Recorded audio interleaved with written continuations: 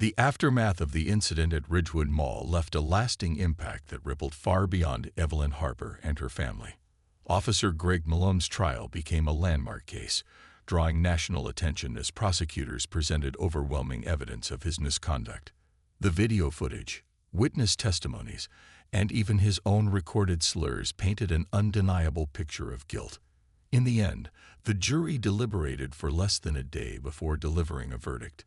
Guilty on all counts, including assault and hate crimes. Malone was sentenced to several years in prison, sending a clear message that abuse of power would no longer be tolerated. But justice didn't stop there. The public outcry sparked by Evelyn's story led to sweeping changes within the local police department. Body cameras were issued to every officer, and new training programs focused on de-escalation tactics and cultural sensitivity were implemented. Perhaps most significantly, an independent oversight committee was established to review complaints against officers, ensuring accountability remained a priority. These reforms weren't perfect, but they marked a crucial step toward rebuilding trust between law enforcement and the community. For Evelyn and Marcus, life began to settle into a new rhythm. Evelyn slowly regained her confidence, though reminders of that fateful day lingered. Sometimes, when she passed a mirror, she'd catch sight of the faint scar near her temple, a permanent mark of resilience rather than victimhood. She threw herself into volunteering at her church and mentoring young people, teaching them the importance of standing up for what's right, even when it's hard. Her gentle wisdom touched countless lives, turning her pain into purpose. Marcus, too, found a renewed sense of purpose. Inspired by the outpouring of support from strangers across the country, he founded the Harper Justice Foundation. The organization aimed to support victims of racial profiling and police brutality, offering legal aid, counseling, and advocacy resources. Through fundraisers, workshops, and partnerships with civil rights groups, the foundation quickly gained momentum, becoming a beacon of hope for those seeking justice. Marcus often spoke about how proud his late father would have been to see him fight for fairness in such a meaningful way. Evelyn and Marcus also made it a point to stay connected with the community that had rallied around them. They attended town hall meetings, sharing their story and encouraging others to speak out against injustice. At one event, Evelyn stood beside her son, holding his hand tightly as she addressed the crowd. "I didn't ask for this fight," she admitted, her voice steady despite the emotion in her eyes. "But I'm glad we didn't back down. Because sometimes, standing up isn't just for yourself. It's for everyone who comes after you." Their courage inspired others to take action. Young activists organized protests and campaigns, pushing for broader systemic changes. Teachers incorporated Evelyn's story into lesson plans, using it as an example of resilience and the power of collective action. Even artists created murals and songs dedicated to her bravery, immortalizing her struggle in vibrant colors and heartfelt lyrics. Evelyn, ever humble, couldn't believe the impact she'd had. "All I did was try to shop in peace," she joked during a radio interview. It's humbling to think something so small could lead to something so big. As time went on, Evelyn and Marcus grew closer than ever. Their bond, already strong, deepened through shared adversity. Marcus often teased his mother about becoming a celebrity, but Evelyn brushed it off with her characteristic grace. "I don't need fame," she'd say with a smile. "I just want people to remember that kindness matters. And so does standing up for what's right." Though the scars of that day would always remain, both literal and emotional, Evelyn and Marcus chose to focus on the positives. They had turned a moment of darkness into a beacon of light, proving that even in the face of hatred, love and justice could prevail. And as they walked hand in hand through Ridgewood Mall months later, this time without fear, they knew they had started something bigger than themselves, a legacy of hope, courage, and change. The days following the incident at Ridgewood Mall transformed Evelyn Harper and her son Marcus into symbols of resilience and justice. News outlets picked up the story almost immediately, thanks to Marcus's quick thinking in contacting journalists and sharing the video footage. Social media played a crucial role too, with hashtags like #JusticeForEvelyn trending nationwide. People from all walks of life shared their outrage, expressing solidarity with Evelyn while demanding accountability for Officer Greg Malone. As the story gained traction, it sparked conversations about systemic racism and police brutality, issues that had long simmered beneath the surface but were now impossible to ignore. Talk shows invited experts to discuss how such incidents could happen in broad daylight, while community leaders organized rallies outside the mall and local police headquarters. Protesters carried signs reading "Enough is enough" and "Protect our elders," their chants echoing through the streets.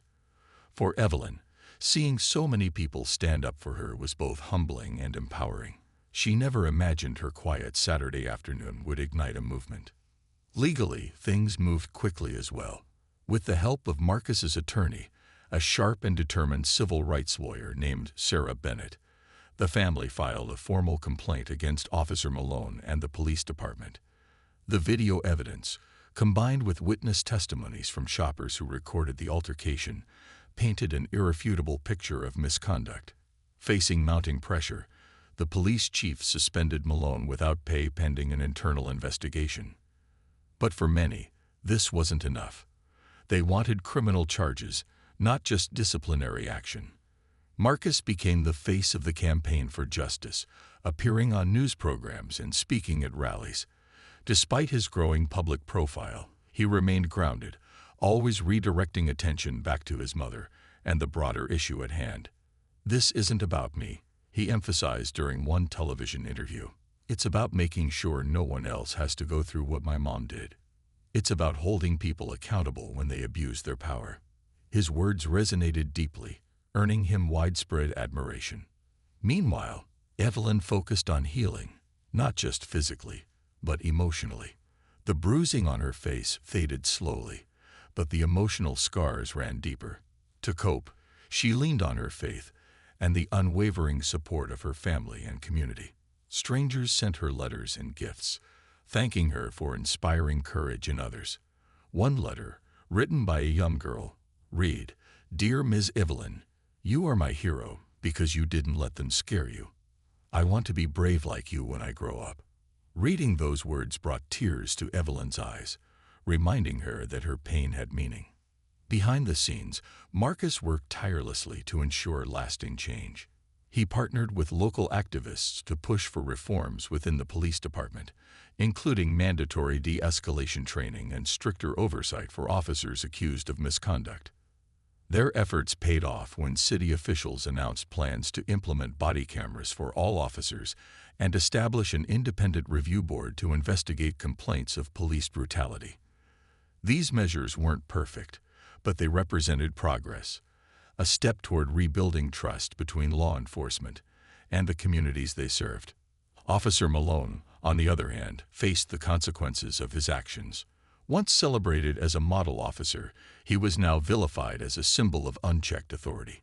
The internal investigation concluded that he had violated multiple protocols, leading to his termination from the force. Criminal charges soon followed, with prosecutors filing assault and hate crime charges against him. As he appeared in court weeks later, flanked by lawyers and looking visibly defeated, it was clear that his life would never be the same. For Evelyn and Marcus, the journey wasn't easy, but it was worth it. Together, they turned a painful experience into a catalyst for change.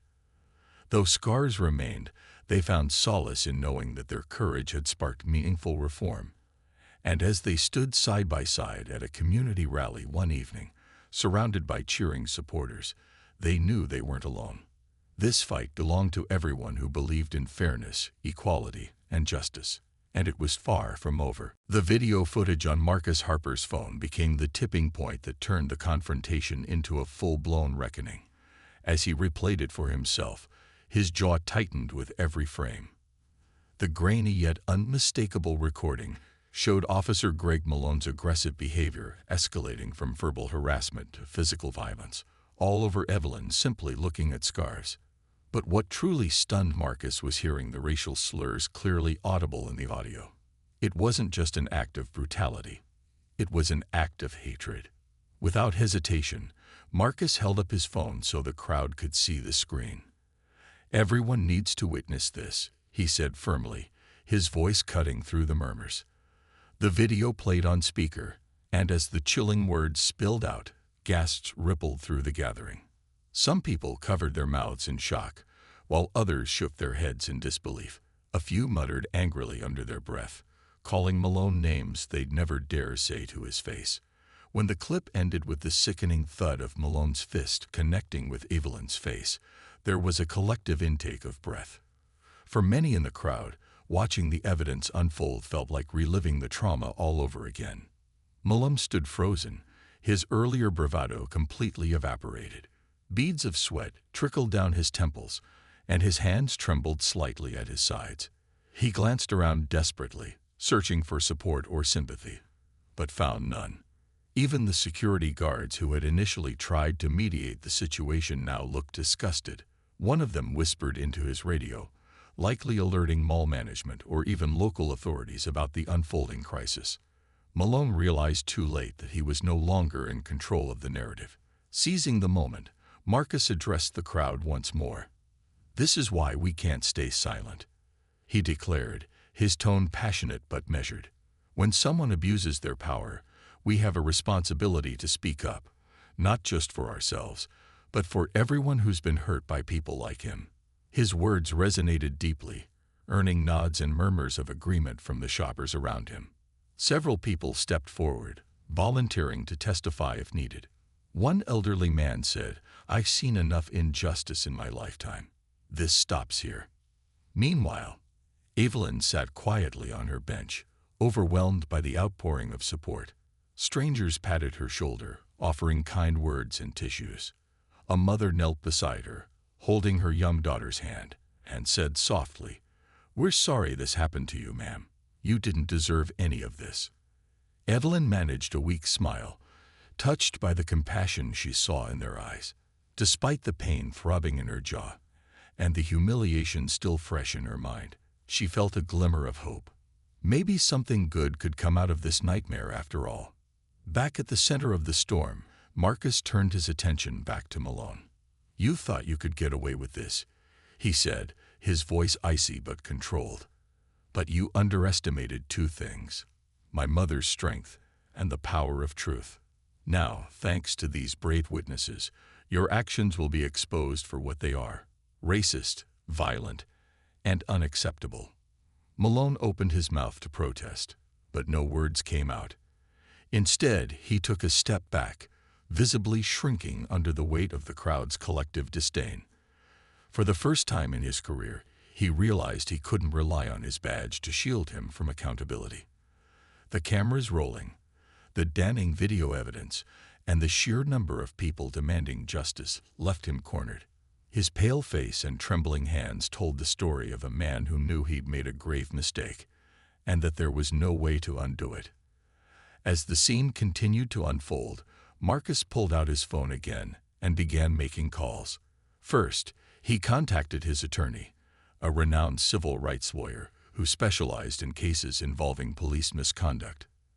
Then he reached out to a journalist friend who worked for a local news station. Within minutes, word spread beyond the confines of Ridgewood Mall. Reporters arrived, eager to document the incident, while social media exploded with posts about the altercation.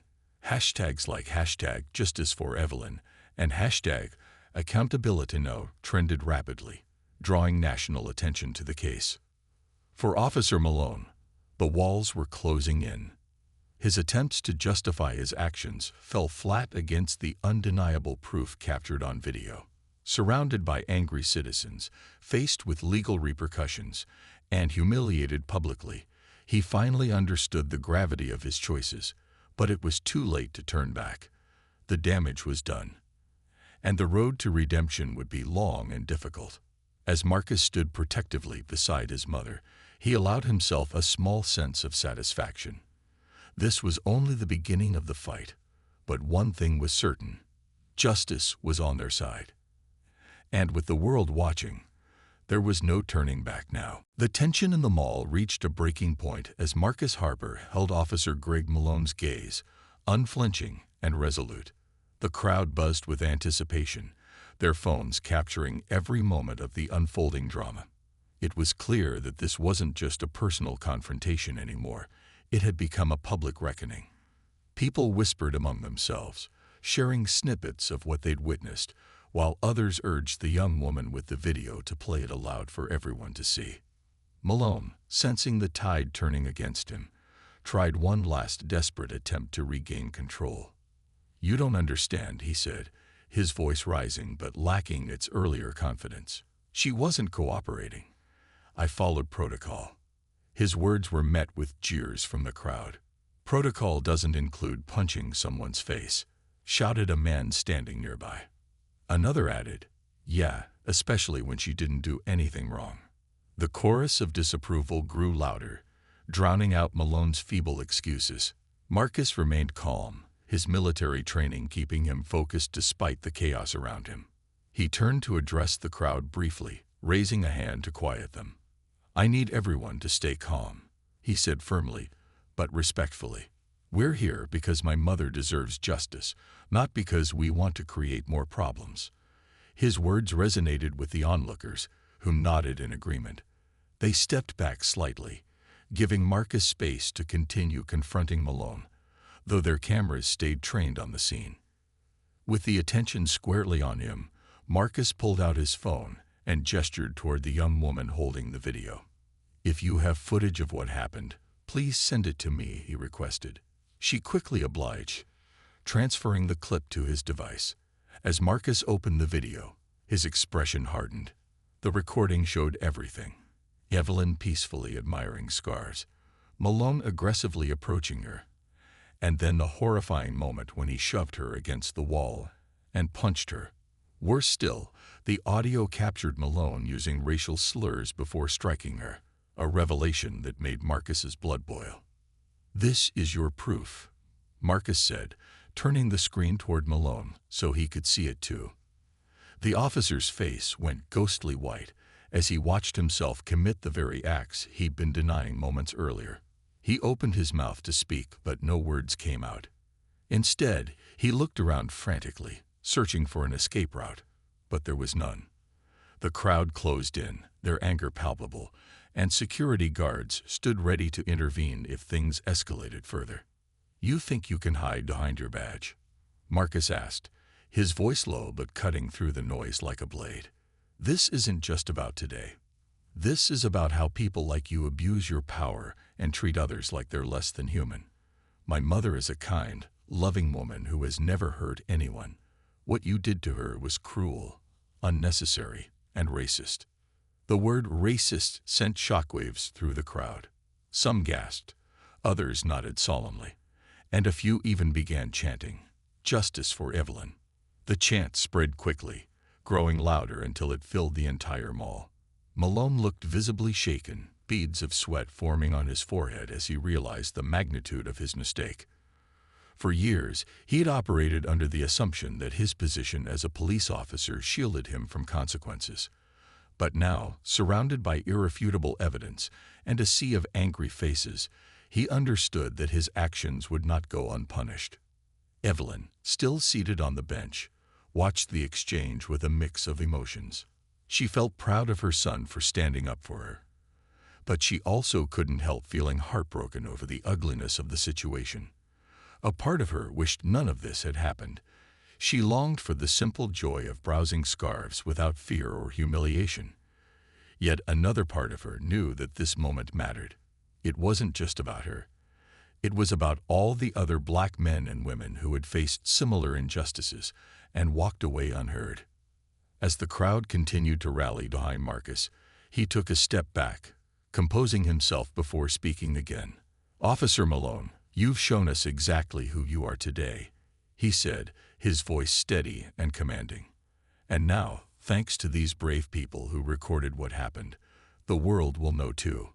You won't intimidate us into silence, and you won't get away with this." For the first time since the ordeal began, Malone looked truly afraid. His arrogance had crumbled, replaced by the realization that he was trapped in a web of his own making. And standing across from him was Marcus Harper, a man determined to hold him accountable, not just for his mother's sake, but for everyone who believed in fairness and equality. Marcus stood tall, his military posture radiating authority as he faced Officer Greg Malone. The crowd around them fell silent, their phones recording every word and movement. It was clear that Marcus wasn't just another bystander. He was someone who demanded respect, and his presence alone shifted the dynamic of the situation. Evelyn watched anxiously from her bench, clutching her tissue tightly, unsure whether to feel relieved or worried about what might happen next. Officer Malone tried to maintain his composure, but there was a flicker of unease in his eyes. He had dealt with angry family members before, but something about Marcus felt different, more calculated, more dangerous. Still, he clung to his badge like a shield, holding it up as if to remind everyone of his power. "Look, I don't know who you think you are," Malone began, his tone dripping with false bravado. "But your mother was causing trouble. I had no choice but to act." "No choice," Marcus repeated slowly, his voice calm but laced with disbelief. He took a step closer, towering over Malone now. "You call punching an elderly woman having no choice? My mother came here to shop, not to cause problems. She didn't deserve this." His words carried weight, and the crowd murmured in agreement. Some people even nodded, emboldened by Marcus's courage to speak truth to power. Malone shifted uncomfortably, glancing at the growing audience. He could feel the tide turning against him. "I'm telling you." She wouldn't listen.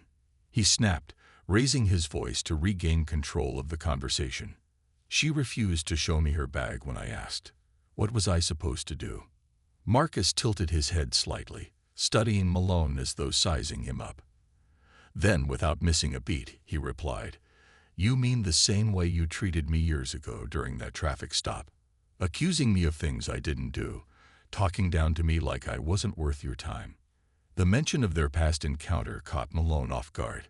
His face paled slightly, and for a brief moment, he looked genuinely rattled. The crowd exchanged surprised glances. They hadn't known about this history between the two men, but it added another layer of tension to the already charged atmosphere.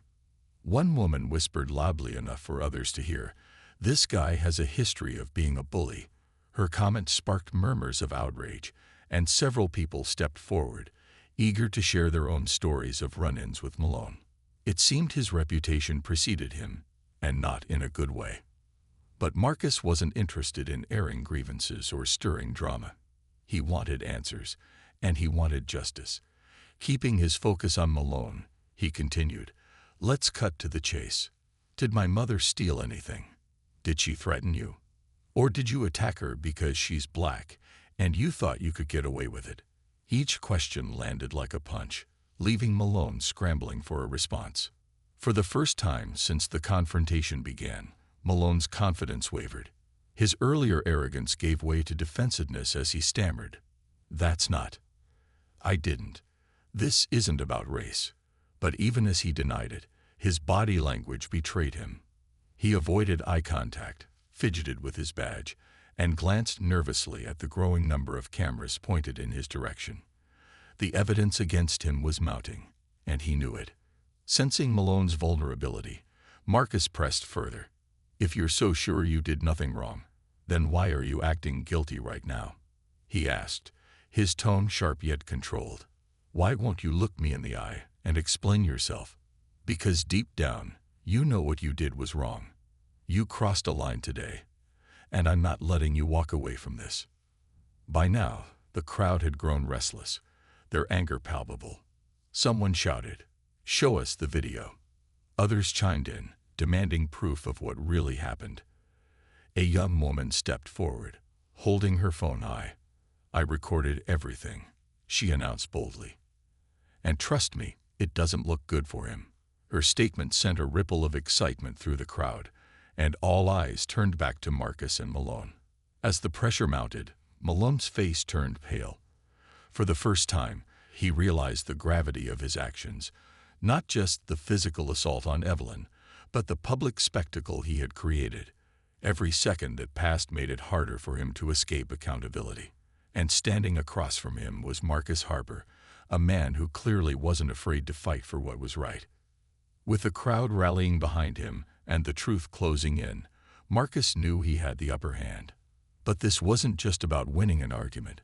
It was about exposing the truth and ensuring that no one else would suffer the way his mother had.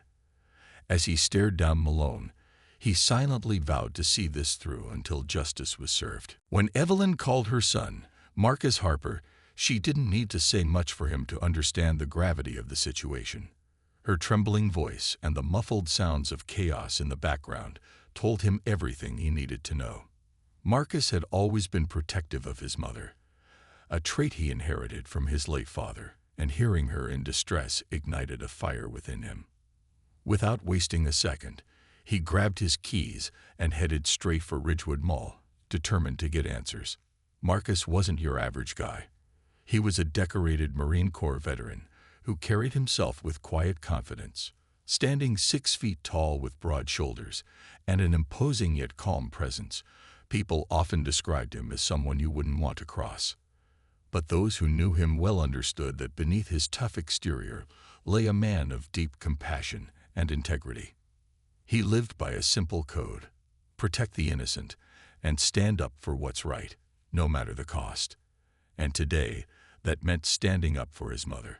As Marcus drove toward the mall, his mind raced with questions. Who could have done this? Why? And how far would they go to justify their actions? He clenched the steering wheel tightly, his knuckles turning white as anger simmered inside him. But Marcus also knew better than to let emotions cloud his judgment. Years of military training had taught him the importance of staying composed under pressure. Whatever awaited him at the mall, he vowed to handle it with precision and resolve. When he arrived, the scene outside the mall was chaotic. Cars were parked haphazardly, and groups of people stood around talking animatedly. Some pointed toward the entrance, their expressions a mix of outrage and disbelief. Marcus pushed through the crowd, his sharp eyes scanning the area for any sign of his mother. As he stepped inside, the tension hit him like a wave. Shoppers whispered nervously, and security guards hovered near a cluster of people gathered near the food court. That's when he saw her. Evelyn sat on a bench, her face bruised and swollen, her once vibrant spirit dimmed by pain. Blood still trickled from a cut near her temple, and her hands trembled as she held a tissue to her face. Seeing her like this broke Marcus's heart, but it also hardened his resolve. He rushed to her side, kneeling down so they were eye level. "Mom," he said softly, placing a gentle hand on her shoulder. "What happened?" Evelyn looked up at him, relief washing over her features. For a moment, she couldn't speak. Her emotions overwhelmed her. Finally, she managed to whisper, "It was a police officer, Marcus. He hit me." The words hung heavy in the air, each one slicing through Marcus like a knife. His jaw tightened as he processed what she had said. A police officer, someone sworn to serve and protect, had laid his hands on his elderly mother. Before Evelyn could elaborate, Marcus noticed a man in plain clothes standing nearby, his arms crossed and his expression smug. It didn't take long for Marcus to put two and two together. This had to be the officer responsible for the attack. As he rose to his full height, Marcus locked eyes with the man, instantly recognizing him. It was Officer Greg Malone, the same officer who had pulled him over years ago during a traffic stop, accusing him of speeding without cause and using disrespectful language before letting him go with a warning. Memories of that encounter flooded back, fueling Marcus's anger. Back then, he had chosen to walk away, unwilling to escalate the situation. But this time was different. This wasn't about him. It was about his mother, a woman who had never harmed anyone in her life. Marcus took a deep breath, forcing himself to stay calm despite the storm brewing inside him. He turned to Evelyn and asked, "Do you want me to talk to him?" She hesitated for a moment, then nodded weakly. "Just make sure he knows what he did," she said, her voice barely above a whisper. With that, Marcus approached Officer Malone, his presence commanding attention. The crowd sensed something big was about to happen and began recording again, their phones held high. Security guards exchanged nervous glances, unsure how to handle the growing tension. As Marcus stopped a few feet away from Malone, he introduced himself clearly and firmly. "I'm Marcus Harper, Evelyn's son. I'd like to know exactly why my mother is sitting here injured because of you." Malone's confident demeanor faltered slightly, but he quickly masked it with arrogance. "Your mother was causing trouble," he replied, his tone dismissive. "She refused to cooperate, and I had to act accordingly." Marcus raised an eyebrow, his piercing gaze locking onto Malone's. "Cooperate? With what?" Looking at scarves, the absurdity of the statement drew murmurs of agreement from the crowd. Marcus leaned in slightly, his voice low but deadly serious. "You don't know who you're dealing with," he said. "And trust me, you won't." The attack on Evelyn left everyone in the mall stunned. Shoppers who had been casually browsing moments earlier now stood frozen, their eyes wide with disbelief. Some covered their mouths in horror, while others whispered urgently to one another, trying to piece together what they had just witnessed. The once cheerful atmosphere of the mall had turned heavy and tense, replaced by a mix of shock, anger, and fear. Evelyn sat on the floor, her hands trembling as she pressed them against her face, trying to stop the bleeding. Her glasses lay shattered at her feet, a painful reminder of the violence she had endured. Officer Greg Malone stood nearby, his chest heaving as if he were still caught in the heat of the moment. His face was flushed, and sweat beaded on his forehead, but there was no sign of remorse in his expression. Instead, he seemed defensive, almost defiant, as though he believed he had done nothing wrong. "She was causing trouble," he muttered loudly enough for those around him to hear. "I told her to cooperate, but she wouldn't listen." His words were met with murmurs of disapproval from the crowd. No one bought his excuse, not when they had seen everything unfold before their eyes. Evelyn, despite her pain, tried to speak up. "I didn't do anything wrong," she said weakly, her voice barely audible over the growing commotion. "All I did was look at some scarves." But her explanation fell on deaf ears. Officer Malone ignored her completely, speaking instead to the security guards who had arrived to intervene. He flashed his badge, asserting his authority, and insisted that he was justified in using force. "This is why we can't trust cops like him," someone muttered under their breath. Others nodded in agreement, their frustration bubbling just beneath the surface. As the situation escalated, bystanders began recording the scene on their phones. One young woman crouched close to Evelyn, offering her a tissue to wipe away the blood. "Are you okay, ma'am?" she asked gently. Evelyn managed a faint nod, though it was clear she wasn't okay. Her jaw throbbed, and every movement sent waves of pain through her body. Still, she refused to cry out loud. She had always taught her children to stay strong, even in the face of adversity, and she wasn't about to break that rule now. Meanwhile, Officer Malone continued to justify his actions, pointing fingers and raising his voice whenever anyone challenged him. "You people don't understand," he snapped, glaring at the crowd. "She could have been stealing. How am I supposed to know?" His tone only fueled the anger simmering among the shoppers. A man stepped forward, holding up his phone. "We've got video proof," he said firmly. "And it doesn't look good for you, buddy." The mention of evidence made Officer Malone pause. For the first time since the incident began, a flicker of uncertainty crossed his face. Back on the floor, Evelyn struggled to compose herself. She reached into her pocket with shaky hands and pulled out her phone. Her mind raced as she dialed her son's number. Marcus was her rock, the person she turned to whenever life felt overwhelming. As the call connected, she whispered, "Marcus, please come." Something terrible happened. Her voice cracked with emotion, but she forced herself to stay calm. She knew Marcus would want details, so she quickly explained where she was and what had occurred. On the other end of the line, Marcus listened intently, his heart sinking with every word. By now, the crowd had grown larger, spilling out into the hallway as news of the altercation spread. Some people shouted insults at Officer Malone, while others comforted Evelyn, urging her to hold on until help arrived. Despite the chaos surrounding her, Evelyn focused on one thought. Marcus was coming. She repeated his name silently to herself, drawing strength from the knowledge that her son would make things right. Little did anyone know, his arrival would change the course of the day, and perhaps bring justice to a system that desperately needed it. The sun was shining brightly as Evelyn Harper stepped into Ridgewood Mall, her favorite place to spend a quiet Saturday afternoon. At 68 years old, Evelyn had earned the right to enjoy life at her own pace. She moved slowly but with purpose, clutching her reusable shopping bag in one hand and a small notepad in the other. Today's mission was simple: pick up ingredients for Sunday dinner and find a birthday gift for her grandson, Marcus Jr., who would turn 8 next week. Evelyn loved the mall. It wasn't just about the stores or the deals. It was the energy of people coming together. Families strolled past her, laughing and chatting. Children ran around, their giggles echoing through the wide corridors. Even the soft jazz playing over the speakers seemed to match her mood perfectly. For a moment, she paused near a fountain, watching coins glint under the water as shoppers tossed in wishes. Smiling to herself, she dropped a quarter into the pool, silently wishing for good health and happiness for her family.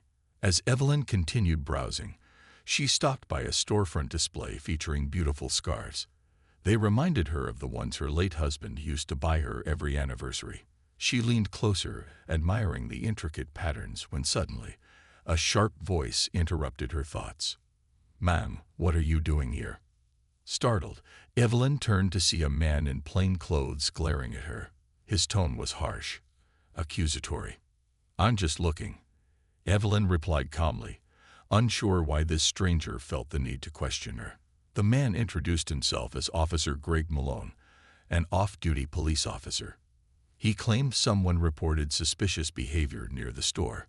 Suspicious. Evelyn couldn't believe it. All she'd done was admire some scarves. Still, she tried to explain politely, hoping to defuse the situation. But instead of listening, Officer Malone grew more aggressive. He demanded she show him her bag, insisting she might have stolen something. By now, a small crowd had gathered, curious about the commotion. Some whispered among themselves, while others pulled out their phones to record. Evelyn felt humiliated. Her cheeks flushed red as she repeated that she hadn't taken anything. "I don't understand why you're treating me like this," she said softly, her voice trembling. But Officer Malone wasn't interested in understanding. His patience wore thin, and without warning, he grabbed her arm roughly, yanking her away from the display. Shoppers gasped audibly as Evelyn stumbled backward, losing her balance. Before anyone could react, Officer Malone shoved her against the wall. Panic spread across Evelyn's face as she pleaded for him to stop. But then came the unthinkable. A swift punch landed squarely on her jaw. Her glasses fell to the ground, shattering into pieces. Blood trickled from a cut near her temple. Time seemed to freeze as the reality of what had happened sank in. A respected grandmother, simply enjoying her day, had been attacked by someone sworn to protect.